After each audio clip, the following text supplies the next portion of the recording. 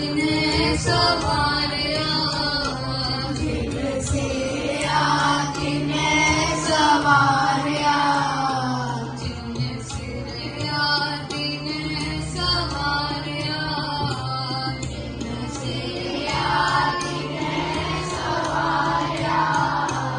धन धन रामदास गुर, पूरी हुई कराहता, सिरजनहारे तारिया, पूरी हुई कराहता, सिरजनहारे तारिया।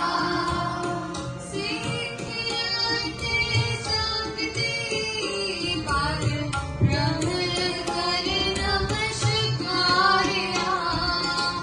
सिखियते सकती पार, रमण कर नमस्कारिया।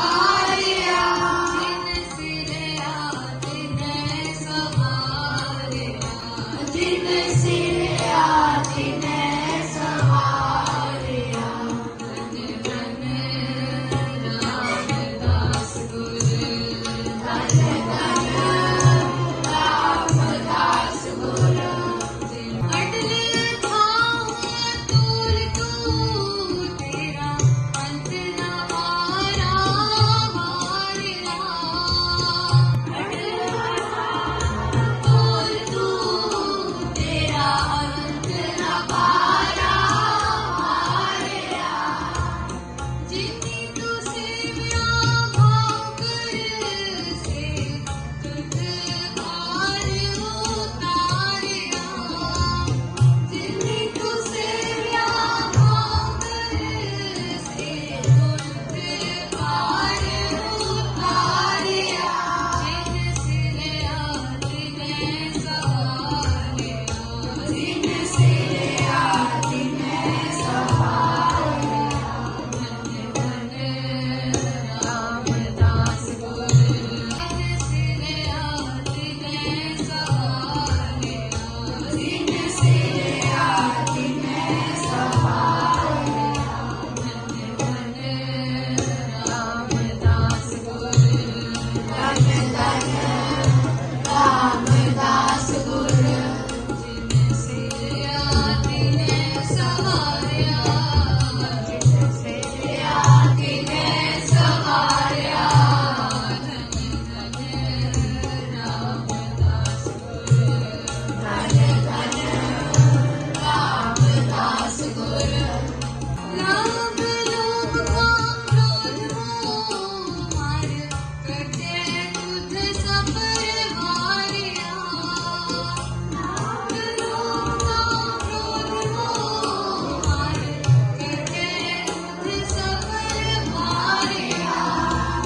धन सो तेरा धन है सच, तेरा वैश कारिया। धन सो तेरा धन है सच, तेरा वैश कारिया। नानक तू लहरा तू है गुर, अमर तू विचारिया। नानक तू लहरा तू है गुर, अमर तू विचारिया। गुर दिखा दामन सहारिया, गुर दिखा दामन सहारिया। धन धन रामदास गुर, तिने सवारिया। धन धन रामदास गुर, धन धन रामदास गुर। धन धन रामदास गुर, धन धन रामदास गुर। धन धन श्री रामदास जी का जन्म लाहौर ਦੇ ਚੂਨਾ ਮੰਡੀ ਵਿੱਚ ਹੋਇਆ ਸੀ। ਪਿਤਾ ਹਰੀਦਾਸ ਤੇ ਮਾਤਾ ਦਇਆ ਕੌਰ ਦੇ ਘਰ ਸੋਢੀ ਵੰਸ਼ ਵਿੱਚ ਹੋਇਆ ਸੀ। ਉਹਨਾਂ ਦਾ ਬਚਪਨ ਦਾ ਨਾਮ ਭਾਈ ਜੇਠਾ ਜੀ ਰੱਖਿਆ ਗਿਆ ਸੀ। जब वह 7 साल ਦੇ ਸੀ ਉਹਨਾਂ ਦੇ ਮਾਤਾ ਪਿਤਾ ਦਾ ਸਵਰਗਵਾਸ ਹੋ ਗਿਆ ਸੀ। ਉਹਨਾਂ ਦੀ ਨਾਨੀ ਉਹਨਾਂ ਨੂੰ ਆਪਣੇ ਸ਼ਹਿਰ ਬਸਰ ਕੇ ਲੈ ਆਈ। ਆਰਥਿਕ ਸਥਿਤੀ ਠੀਕ ਕਰਨ ਲਈ ਉਹਨਾਂ ਦੀ ਨਾਨੀ ਉਹਨਾਂ ਨੂੰ ਚਨੇ ਉਬਾਲ ਕਰ ਦਿੰਦੀ ਤੇ ਗੁਰੂ ਰਾਮਦਾਸ ਜੀ ਉਗਦੇ ਚਨੇ ਬਾਜ਼ਾਰ ਦੇ ਵੇਚਦੇ ਤਾਂ ਗੁਰੂ ਦਾ ਗੁਜ਼ਾਰਾ ਚੱਲਦਾ। ਉੱਥੇ ਉਹਨਾਂ ਨੇ ਸ੍ਰੀ ਗੁਰੂ ਅਮਰਦਾਸ ਜੀ ਨੂੰ अपनी नानी जी ਨੂੰ ਪੁੱਛਿਆ ਕਿ ਇਹ ਕੌਣ ਹਨ। ਨਾਨੀ ਜੀ ਦੱਸੇ ਕਿ ਇਹ ਪਿੰਡ ਦੇ ਮਹਾਨ ਵਿਅਕਤੀ ਹਨ। ਇਹਨੂੰ ਪਿੰਡ ਬਹੁਤ ਮੰਨਦਾ है।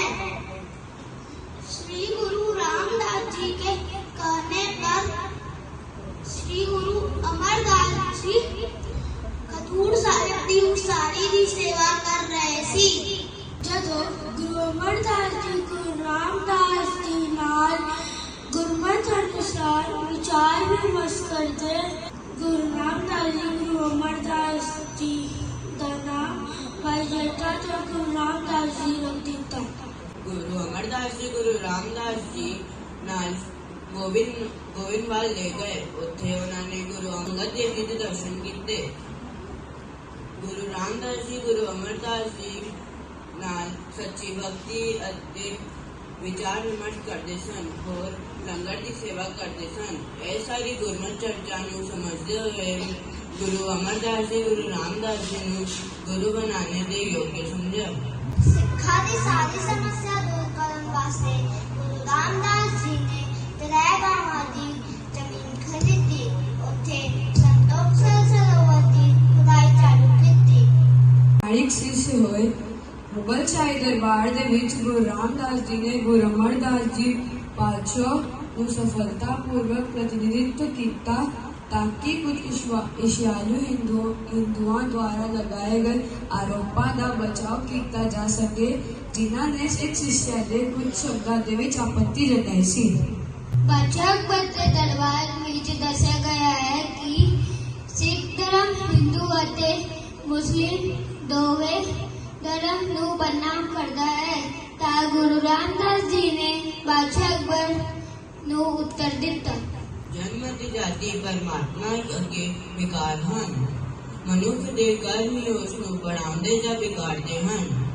ਅਗਿਆਨੀ ਨੂੰ ਅੰਧਵਿਸ਼ਵਾਸ ਨਾਲ ਸ਼ੋਸ਼ਿਤ ਕਰ ਉਸ ਨੂੰ ਧਰਮ ਦਾ ਨਾਮ ਪਰਮਾਤਮਾ ਹੋਰ ਮਨੁੱਖ ਦੇ ਵਿਰੁੱਧ ਅਪਵਿੱਤਰ ਵੇ। अनंत निरंकार परमात्मा की पूजा मूर्ति रूप से करना सही नहीं है। विश्वास करता है कि वो अपने पापा ਨੂੰ करुणा ਅਤੇ ਆਤਮ ਸਮਰਪਣ ਕਰਕੇ ਤੇ ਨਹੀਂ ਬਲਕਿ स्नान करके ਧੋ ਸਕਦੇ ਹਨ। ਮਨੁੱਖ ਪੁਰਸ਼ਾਂ ਸਤਰੀਆਂ ਅਤੇ ਬੱਚਿਆਂ ਨੂੰ ਅਪਮਾਨਿਤ ਦਾ ਦਰਜਾ ਦਿੱਤਾ ਗਿਆ। ਮਨੁੱਖ ਤੋਂ ਮਨੁੱਖ ਨੂੰ ਵੱਖਰਾ ਕੀਤਾ ਗਿਆ। ਇਹ ਧਰਮ ਨਹੀਂ ਹੈ ਅਤੇ ਤਪਸਵੀ ਪਰ ਦੁਨੀਆ ਨੂੰ ਨਕਾਰਨਾ ਵੀ ਧਰਮ ਨਹੀਂ ਹੈ। इस दुनिया में रहते हुए मनुष्य अपनी आध्यात्मिक संभावनाओं को खोज सके। इस दुनिया में रहते हुए जीवन सफल किवें किया जाए, यही मनुष्य के जीवन का मकसद है। अकबर ऐ सुन खुश होया। गुरु रामदास जी का उपदेश सुन सिख धर्म के सिद्धांतों तो प्रभावित हो सिख धर्म के उत्ते सारे आरोपों को खारिज कर दिता। गुरु अमरदास जी गुरु रामदास जी की अगुवाई रामदास सरोवर खुदान का उपदेश दिता। तीर्थ यात्री गुरु जी का उपदेश सुनन नाल सरोवर की खुदाई के काम वास्ते बड़ी संख्या ते आए। ਨੂੰ ਅਸੀਂ ਅੰਮ੍ਰਿਤਸਰ ਦੇ ਨਾਮ ਤੋਂ ਜਾਣਦੇ ਹਨ, ਜਿਸ ਦਾ अर्थ है अमृत ਦਾ ਤਾਲਾਬ। गुरु रामदास जी ने अपने सिखा तो बेनती की थी कि केवल एक व्यक्ति शांत ध्यान नाल अपना जीवन पूरा नहीं कर सकता, पर दूजे लोगों के सुख दुख विच सक्रिय होकर अपना जीवन पूरा कर सकता है। गुरु रामदास जी ने अपना ध्यान अमृतसर सरोवर खुदाने विच लाया। इस कारज नूं वेखण लई भाई सहेलो अते बाबा बुड्ढा जी नूं नियुक्त कीता। इस प्रकार गुरु रामदास जी ने चक रामदास जी नाम रखी जो बाद विच अमृतसर कहलाया। जल्दी ही अमृतसर अंतरराष्ट्रीय व्यापार के नाम से चमकने लगा। अमृतसर जी के हाँ सोना बनिया।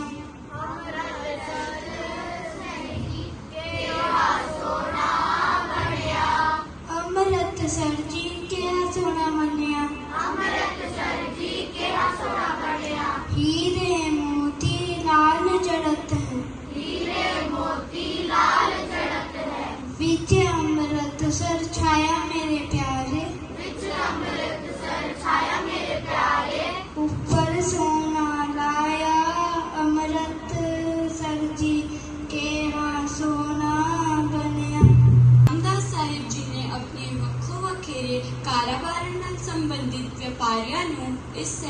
शामिल किया। ਇੱਥੇ ਸਿੱਖਾਂ ਲਈ ਭਜਨ ਬੰਦਗੀ ਦਾ ਸਥਾਨ ਬਣਾਇਆ ਗਿਆ। ਇਸ ਤਰ੍ਹਾਂ ਸਿੱਖ ਪੰਥ ਲਈ ਇੱਕ ਨया ਰਾਹ ਤਿਆਰ ਹੋਇਆ। ਗੁਰੂ ਰਾਮਦਾਸ ਸਾਹਿਬ ਜੀ ਨੇ ਸਿੱਖੀ ਦਾ ਪ੍ਰਚਾਰ ਮਸੰਦ ਵਿਧੀ ਦਾ ਸ਼ੁਭਾਰੰਭ ਕੀਤਾ। ਇਹ ਕਦਮ ਸਿੱਖ ਧਰਮ ਦੀ ਤਰੱਕੀ ਵਿੱਚ ਇੱਕ ਮੀਲ ਦਾ ਪੱਥਰ ਸਾਬਿਤ ਹੋਇਆ। ਅੰਮ੍ਰਿਤਸਰ ਸਰੋਵਰ ਜੀ ਦੀ ਇੱਕ ਮਾਨਤਾ ਹੈ। ਦੁਨੀ ਚੰਦ ਖੱਤਰੀ ਜੋ ਕਿ ਪੱਟੀ ਨਗਰ ਵਿੱਚ ਰਹਿੰਦਾ ਸੀ, ਉਸ ਦੀ 5 ਧੀਆਂ ਸਨ। ਸਭ ਤੋਂ ਛੋਟੀ ਧੀ ਜਿਸ ਦਾ ਨਾਂ ਰਜਨੀ ਸੀ, ਉਹ ਪ੍ਰਭੂ ਵਿੱਚ ਬਹੁਤ ਭਰੋਸਾ ਕਰਦੀ ਸੀ। ਇੱਕ ਦਿਨ ਦੁਨੀ ਚੰਦ ਨੇ ਆਪਣੀ ਸਾਰੀ ਧੀਆਂ ਕੋਲੋਂ ਪੁੱਛਿਆ, ਤੁਸੀਂ ਕਿਸ ਦਾ ਦਿੱਤਾ ਖਾਂਦੇ ਤੇ ਪੀਂਦੇ ਹੋ? ਰਜਨੀ ਨੂੰ ਛੱਡ ਕੇ ਸਾਰੀ ਧੀਆਂ ਨੇ ਕਿਹਾ ਕਿ ਪਿਤਾ ਜੀ, ਅਸੀਂ ਤਾਂ ਤੁਹਾਡਾ ਹੀ ਦਿੱਤਾ ਖਾਂਦੇ ਤੇ ਪੀਂਦੇ ਹਾਂ। मगर रजनी ने कहा, पिताजी वो प्रभु परमात्मा ही है जो सारे नू खाण ते पीण वास्ते देंदा है। रजनी को यह गल सुन के दुनी चंद ने कहा, मैं भी देखदा हां तुहाडा प्रभु तुहानू किकन देंदा है। होर कुछ दिनों की उड़ीका के बाद दुनी चंद ने रजनी का विआह एक कोड़े पिगले नाल करवा दिता। रजनी ने प्रभु का हुक्म मानिया ते अपने पति नू परमेश्वर समझकर उसनू एक टोकरी विच रखिया ते अपने सर ते उठा लिया। होर मंग के अपना ते अपने पति का पेट पालन लगी। होर इस तरह मंगदे मंगदे एक दिन वो गुरु दे चक आ गई। होर दुबरजन बेरी साहिब दे कोल अपने पति का टोकरा रख के रजनी लंगर लैन चली गई। पिंगले ने देखा कि सरोवर में स्नान करने के बाद कान चिट्टे हो जा रहे सन। एक चमत्कार देख के वो अपने टोकरे ते निकलिया और रेंगते हुए सरोवर में स्नान करने चले गया। चंगी तरह लेट कर स्नान करने के बाद उस पिंगले का शरीर सुंदर ते स्वस्थ हो गया ते ओदे बाद वो टोकरे दे कोल आके बैठ गया ते कुछ देर विच ओदी पत्नी भी आ गई ते उसने उस पुरुष को अपने पति दे बारे विच पूछया जिसनु वो इत्थे छड़ के गई सी ते उस इंसान ने कहा कि मैं ही तुहाडा पति हां जिसनु तुसी इत्थे छड़ के गए सी। ते ओदे बाद उस पिंगले ने अपनी पत्नी नू सारी कहानी दस दिती कि किवें का स्नान नाल चिट्टे हो गए सन ते मैं भी उन्हां नू वेख के सरोवर विच स्नान नाल स्वस्थ हो गया हन। रजनी ने उनकी गल नहीं मनी ते दोवे रामदास जी को चले गए ते पिंगले की गल सुनने के बाद रामदास जी ने कहा कि यही तेरा पति है, भलेखा ना पा। ए तेरी पतिव्रता श्रद्धा ते तीर्थ यात्रा का नतीजा है कि वो स्वस्थ हो गए हन। ते गुरु जी के बचनों उत्ते यकीन करते हुए वो दोवे सेवका नाल सेवा करन लग पे। फिर रजनी नू अपनी गल याद आई जियो कि उसने अपने पिताजी को कही सी और वो गल सही भी सी कि परमात्मा सबनू देण वाला है ते बनाउण वाला है। मनुख दा इस विच कुछ हद नहीं।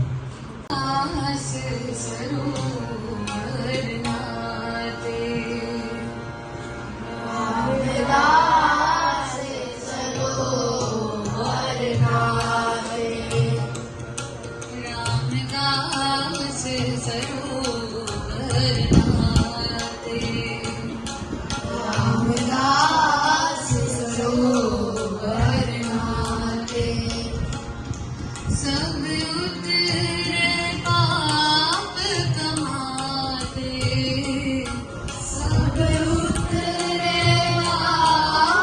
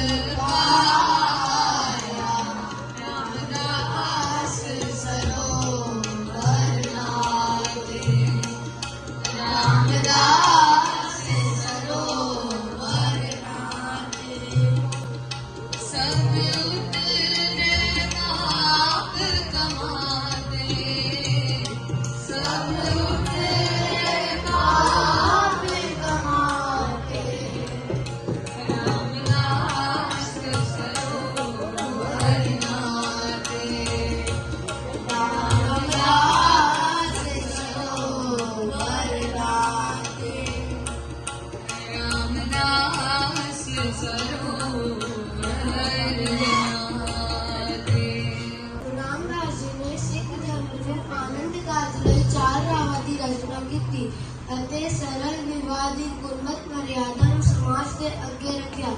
ਇਸ ਪ੍ਰਕਾਰ ਉਹਨਾਂ ਨੇ ਸਿੱਖ ਪੰਥ ਲਈ ਇੱਕ ਸਰਲ ਵਿਵਾਹਿਕ ਪੱਧਤੀ ਦਿੱਤੀ ਅਤੇ ਸੰਗਤ ਨੂੰ ਇੱਕ ਰੂੜੀਵਾਦਿਕ परंपराओं को दूर किया। अंधविश्वास वर्ण व्यवस्था आदि कुरीतियां का पुरजोर विरोध किया। गुरु रामदास जी ने सेवाओं ਅਤੇ कार्य ਨੂੰ ਵੇਖਦੇ ਹੋਏ गुरु अमरदास जी ने अपनी बेटी बीबी भानी का विवाह गुरु रामदास जी तो कराया। विवाह के बाद दंपति गोविंदवाल विचरे। गोविंदवाल को बढ़ता हुए सिख शहर थी जहाँ उन्होंने बावली साहिब पवित्र कुएं के निर्माण ਵਿੱਚ स्वैच्छिक सेवा ਅਤੇ गुरु संगत की सेवा की। जेठा जी गुरगद्दी के लायक हैं। उन्होंने परलोक मर्यादा का ध्यान रखते हुए उन्होंने प्रीक्षा भी ली।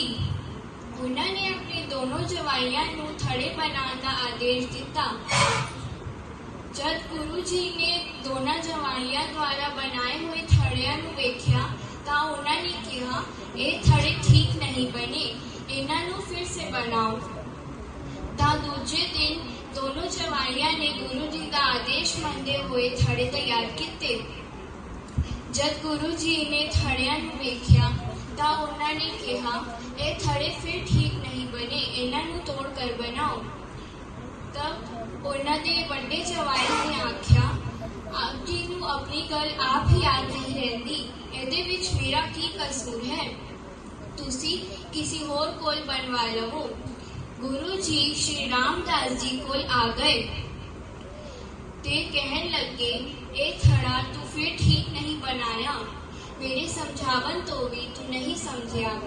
गुरु रामदास जी ने हाथ जोड़ के कहा महाराज मैं सदा ही भूलनहार हाँ, थोड़ी दृष्टि तो बिना मैनू समझ आ ही नहीं सकती। गुरु जी ने कहा गुरु जी इस उत्तर तो बड़े प्रसन्न हुए ते कहा मैनू रामदास की सेवा बहुत पसंद है, ये कभी भी आपा नहीं जतलाउंदे अते सेवा ते ही आनंद मानते हैं, यही गुरगद्दी के लायक हैं। विआह के बाद भी श्री गुरु रामदास जी पहले की तरह ही गुरु घर के लंगर और संगत की सेवा विच लगे रहते। बीबी के अपने पिता गुरु पिता स्नान करांदी और फिर गुरबाणी का पाठ करके लंगर में सेवा करती।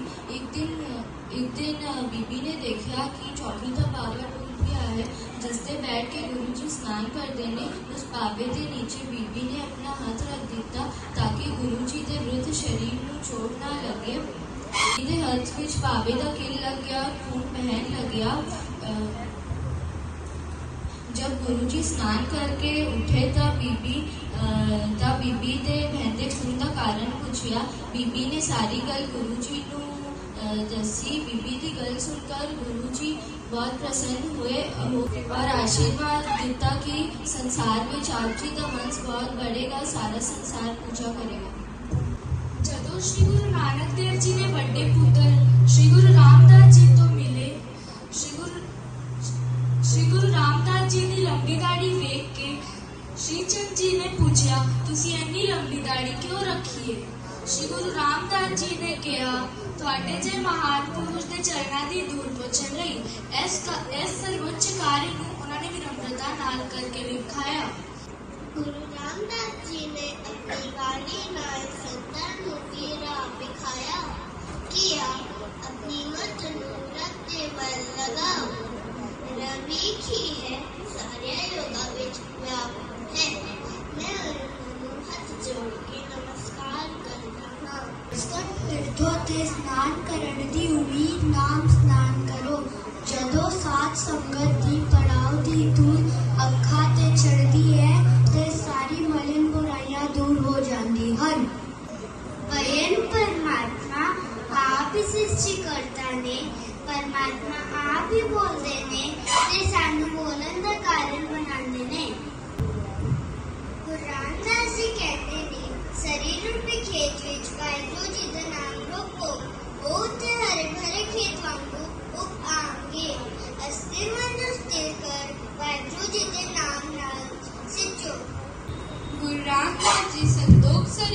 पवित्र सरोवर की खुदाई आरंभ करवाई। गुरु रामदास जी ने सिख धर्म की मजबूती ਲਈ दान लेना शुरू किया। गुरु जी संत स्वभाव के सन। गुरु जी जिस तरह अकबर गुरु अमरदास जी का सम्मान करते सन, उस तरह गुरु रामदास जी का भी सम्मान करते सन। गुरु रामदास जी के कहण नाल अकबर 1 साल की पंजाब का लगान माफ कर दिता। अमृतसर गुरुद्वारे के 4 दरवाजे बनवाए जिथे सब धर्म के लोग मत्था टेक सकन। गुरु जी सब नू सच्ची भक्ति का उपदेश दिता। जुग जुग एको सदा सदा तू एको जी। तू जुग जुग एको सदा सदा तू एको जी। तू नीचल करता सोई, नीचल करता सोई, तू नीचल करता सोई। तू जुग जुग एको सदा सदा तू एको जी। तू जुग जुग एको सदा सदा तू एको जी।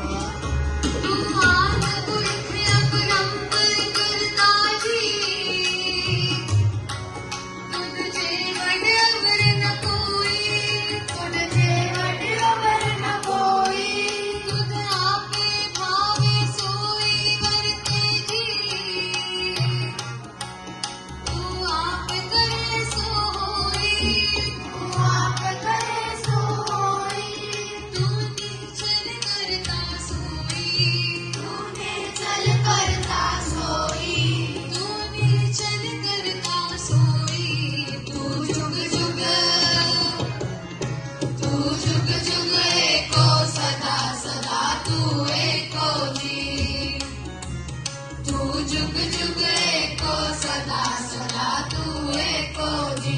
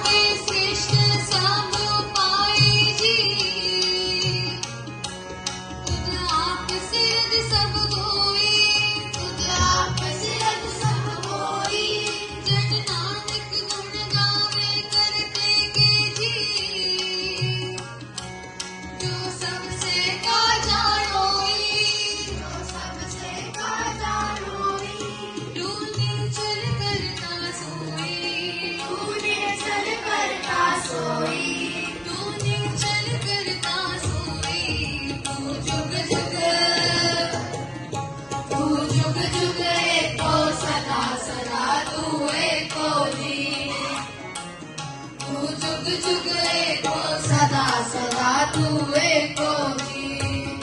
सदा तू एको जी।